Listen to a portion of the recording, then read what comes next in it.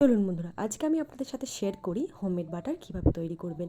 তার জন্য বেশ কয়েক দিনের দুধের সর বা মালাই একটা বাটিতে জমা করে রাখুন।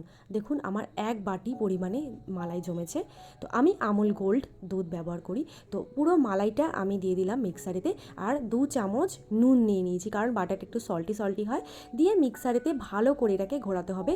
আর হ্যাঁ, অবশ্যই ঠান্ডা ব্যবহার করতে হবে, আর ঠান্ডা জলও কিন্তু ব্যবহার করতে হবে। দেখুন কীরকম একটা ক্রিমি ক্রিমি ব্যাপার দেখাচ্ছে।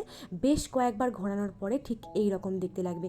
জল আর বাটারটা একদম আলাদা হয়ে যাবে, তখনই হাত দিয়ে এটাকে পার করে নিতে হবে। দেখুন কতটা পরিমাণের বাটার হয়েছে, মানে মালাইয়ের দ্বিগুণ মাত্রায় বাটার তৈরি হয়েছে। এটাকে 2-3 বার করে নর্মাল জলে ওয়াশ করে নিয়ে একটা বাটিতে রেখে দিন। যে দেখছেন যে জলটা দেখতে পাচ্ছেন, ওই জলটা কিন্তু অবশ্যই ঝরিয়ে নেবেন, না হলে কিন্তু বাটারটা ভালোভাবে বসবে না। ভালোভাবে জলটা ঝরিয়ে নিলে ফ্রিজেতে রেখে দিন। সেট হয়ে গেলে রেডি হয়ে যাবে আমাদের এই হোমমেড বাটার। ভিডিওটা ভালো লাগলে অবশ্যই লাইক, কমেন্ট, সাবস্ক্রাইব করে দিতে ভুলবেন না। ধন্যবাদ।